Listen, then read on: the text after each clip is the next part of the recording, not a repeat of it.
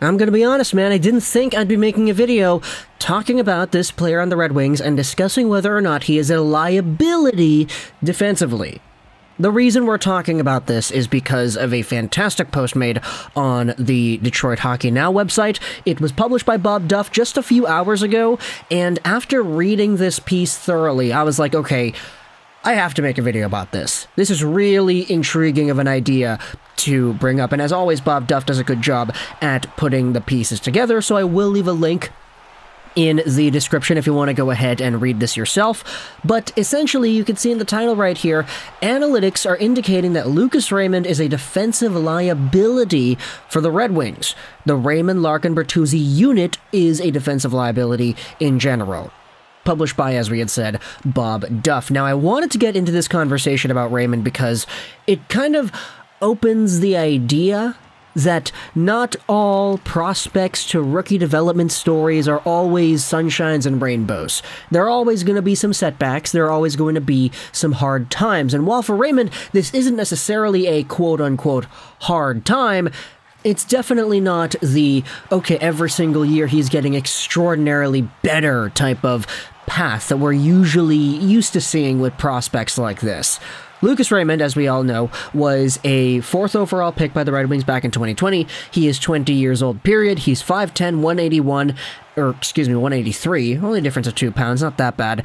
And he's a right-handed forward that plays on the right wing. This season, he is on pace for 55 total points in 82 games played, as he currently has 32 points in 48. He's on pace for 26 goals and 29 assists, which would be a career high in goals, but he did have quite more assists last season, finishing off that year with 57 points in 82 games played.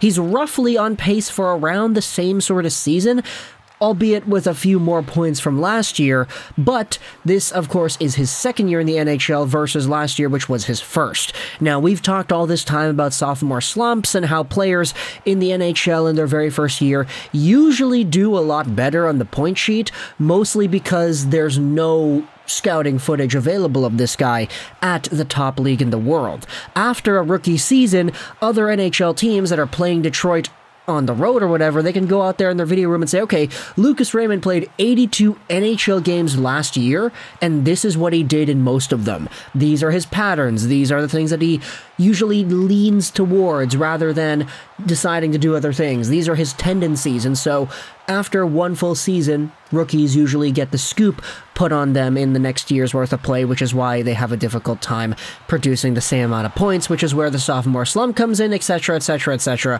But Bob Duff goes out there and talks about just the advanced analytics in general, and how even though this may be the case, there still is some optimism, which is why I like this article so much, because Bob goes out there and puts the optimistic mask on, even though it's an article talking about how much of a defensive liability this line is. The article starts out with a quote from Derek Lalonde. You could see the confidence building in Raymond. Reunited with line mates Larkin and Bertuzzi, that trio is creating scoring chances across all 200 feet of the ice. On one end, that's great, but at the other end, it's an ongoing problem.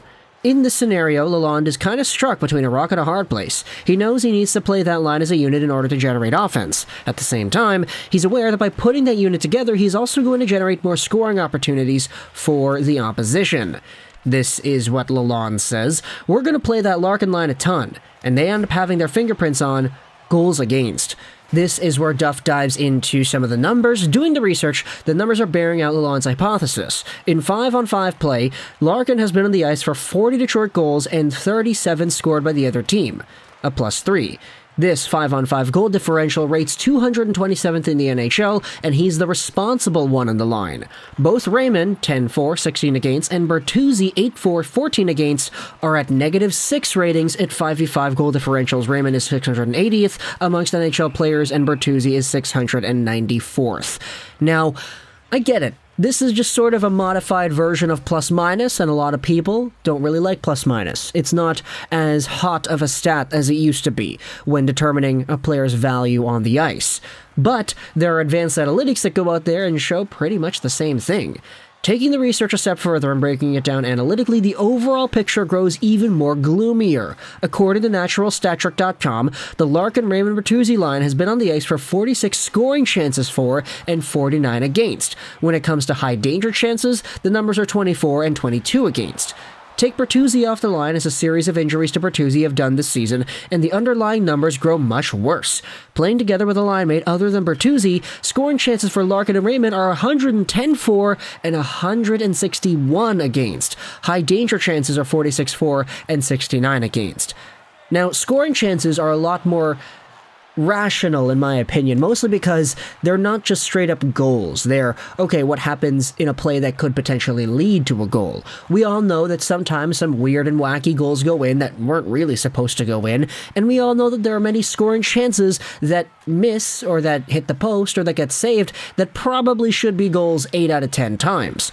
And with this idea being tossed out there that Larkin and Raymond together are such a bad analytical duo, especially with Bertuzzi in the mix too, it kind of makes me really intrigued as to why that is. But Duff has the answer as he proceeds further down in the piece. The problem with thinking that Bertuzzi and Larkin are better off without Raymond is that Raymond's stats playing with any other line mates are abysmal. Raymond skating alongside anybody other than Larkin is especially dismal defensively. In this situation where he's not playing with Larkin or Bertuzzi, his line has created 75 chances for while allowing 109. For high danger, it's 29 for, 48 against. And this is sort of where things get interesting because isolated out, the one core piece that makes all of this calculation come together is Lucas Raymond. And his numbers, advanced analytically at least, are bad. Obviously, the margin between winning and losing is very thin. Razor thin, especially for us, Lalonde said. We're never going to play a perfect game, but we still gotta complete and play pretty darn close to perfect.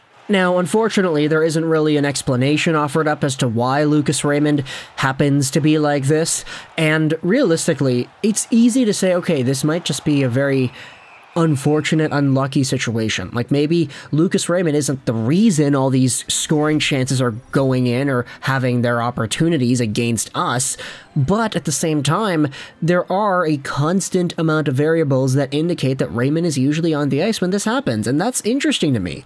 If you wanted to, you can go out there in the comments and let me know why that is. What exactly is it about Raymond's game that allows this sort of thing to happen? Because whenever I watch Lucas Raymond, I don't know about you, but I always see sort of that Mitch Marner light-esque type of player, especially in the SHL, the way he's able to control the play defensively, how he's able to play offensively, just the skill and the vision. We know he's good at producing points. That's the entire reason why it's easy to say, okay, just keep them together, like they're getting production done. But is that goal differential more indicative of Raymond and his overall defensive deficiencies, or is this just the most unlucky of unlucky scenarios to be published in the media and have an article, and I guess a YouTube video in this one, written about it? There are some quotes from Raymond at the end of the piece that I wanted to end this video off with. For sure, Raymond said, I think that's one of the biggest things I wanted to improve on. The biggest thing for me is just trusting what I do and sticking with it, doing the right things, and when the opportunity comes, to be sharp. I feel like this season compared to last, I had a slower start to this season. It's a different feeling. I feel a lot more like I can control it, and I know that if I did the right things out there, it's going to result in good things. I think that's a big thing, and it puts yourself in a position to help the team. There's a lot more in this article. I didn't go out there and just read the entire piece, so there you go. There's some cliffhangers for you there. Detroit Hockey Now, but article will be linked in the description if you want to go ahead and read it, but I also wanted to hear your thoughts in the comment section about Raymond and his defensive play. Are you satisfied with the way that he plays in his own zone? Because for me personally, I've always sort of thought of that as a strength of his.